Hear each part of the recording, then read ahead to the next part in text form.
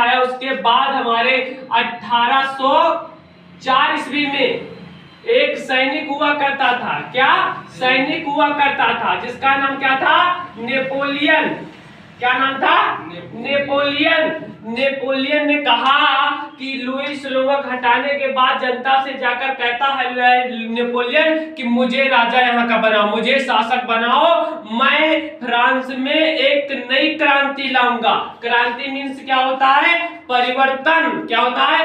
परिवर्तन लाऊंगा, ताकि ऐसी आज जो दशा है ऐसी दशा हमारे शासन में नहीं होगा। और लुईस लोगों को उसके पद से हटा दिया। वहां की जनता इतनी भूखमरी में तड़प रही है कि अब उनके पास सिर्फ खाने के लिए पाव रोटी बची है। क्या? पाव रोटी बची है, जो वहां की निर्माण कंपनियां करती थी वही है। अब लोगों के पास खाने के लिए अन्न वगैरह नहीं बचा। उनको हटाकर लुईस लोगों को 1804 में एक सैनिक हुआ करता था, नेपोलियन उसका नाम था, तो उसे क्या करना गया? वहां का शासक चुना गया। जनता ने मिलकर कहा चलिए देखते हैं, जब कह रहे हैं चलिए ठीक है, हम नेपोलियन को ही क्या बनाते हैं? शासक बनाते हैं। नेपोलियन ने शासक 1804 में बना। और शासक पहले होते क्या होता था? जन्म से अधिकार। क्या हुआ करता था? जन्म से अधिकार हुआ करता था। जन्म से अधिकार माने लुईस लोगों के समय ऐसा हुआ करता था कि जैसे कि पादरी लोग मतलब जानते हो, जो धर्म को मानते थे, ठीक। उसके बाद आते हैं दूसरे नंबर पे क्या आते हैं? कुलीन वर्ग। कुलीन वर्ग माने जो अमीर हुआ करते थे। और फिर निम्न वर्ग में वो किसान लोग आते थे, ठीक। लेकिन जो पादरी लोग थे और जो कुलीन वर्ग थे, पादरी लोग और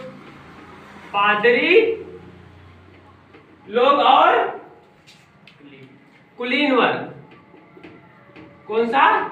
कुलीन वर्ग। पादरी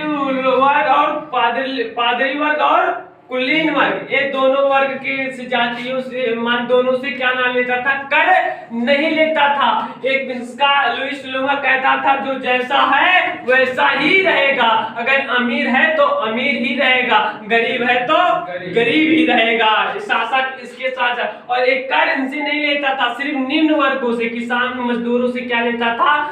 कर लेता था। कर मतलब वसूली करता था।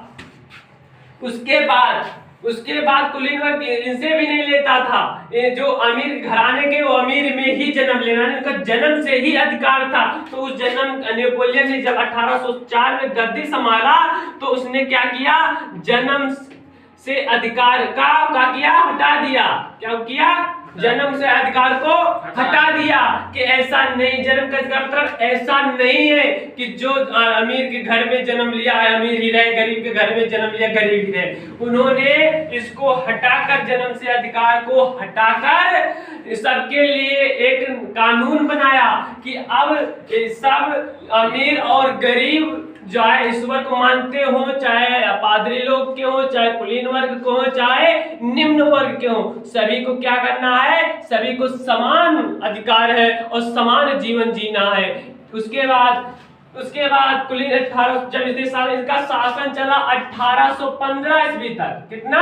1815 ईस्वी तक इन्होंने फ्रांस में बहुत क्रांति माने बदलाव लाया, धीरे बहुत बदलाव लाया। लेकिन फिर भी ये जो नेपोलियन था एक क्या करता था? बाहरी लोगों से क्या करता था? कर अधिक लेता था।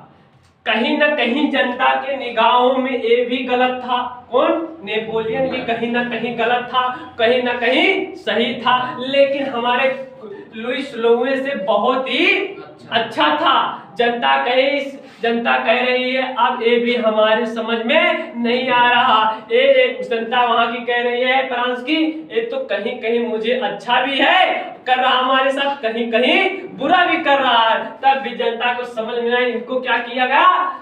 इनको भी शासक से पद से हटा दिया गया। उसके बाद 18वीं शताब्दी में उत्तरी राम एक फ्रांसीसी समाज है जिसे हम बोर्बो राजवंश के लुईस लोवे ने 1774 में फ्रांस की राजगद्दी संभाली थी। इनकी पत्नी का नाम था एंतोइनेट। क्या नाम था? एंतोइनेट इनकी पत्नी थी। और इन्होंने 1774 में गद्दी संभाली, 1789 ईस्वी में इनका गद्दी से हटा दिया गया। और इसके मदद से क्या हुआ, 13 उपदेशों ने साझा किया और ब्रिटेन से स्वतंत्र कराने की मदद मांगी। और युद्ध चलते फ्रांस पर 10 अरब लिब्रे से भी ज्यादा ऋण जुड़ गया। और ऋण ज्यादा की 10%, उस ऋण पर कितना ब्याज पड़ा, 10% क्या लगा दिया, ब्याज दर बढ़ा दिया।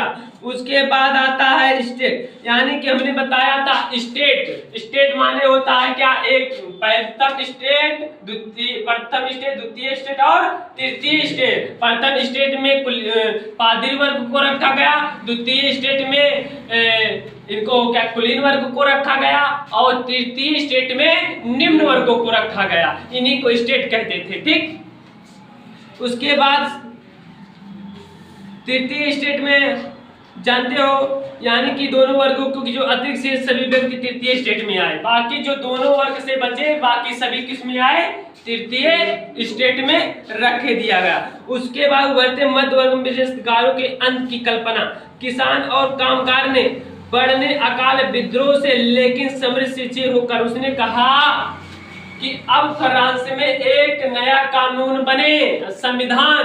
अब क्या कर रहे हैं, संविधान की बात कर रहे हैं कि ऐसा हो, जनता मांग कर रहे ताकि सभी के लिए समान अधिकार हो। क्या हो, समान अधिकार हो, यानी कि जो अमीर लोग जैसे जी रहे हैं उसे गरीब भी जिए।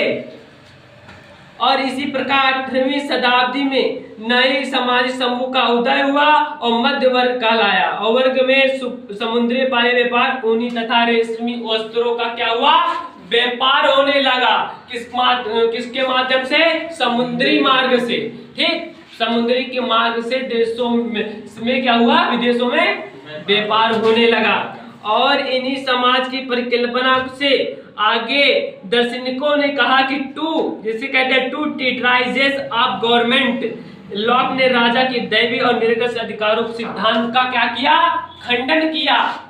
क्या किया, उनकी सतत का खंडन किया। उसके बाद प्राचीन तंत्र क्रांति, जब मैंने बताया था अभी ना, क्रांति की शुरुआत, क्या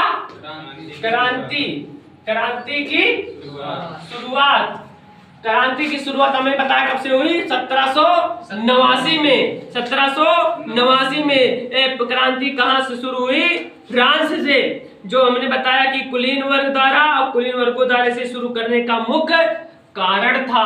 क्या था, मुख्य कारण था। और ये 5 मई 1789 को फ्रांसीसी सम्राट लुईस लुओ को गद्दी से हटाया गया। ठीक, उसके बाद आया आगे कि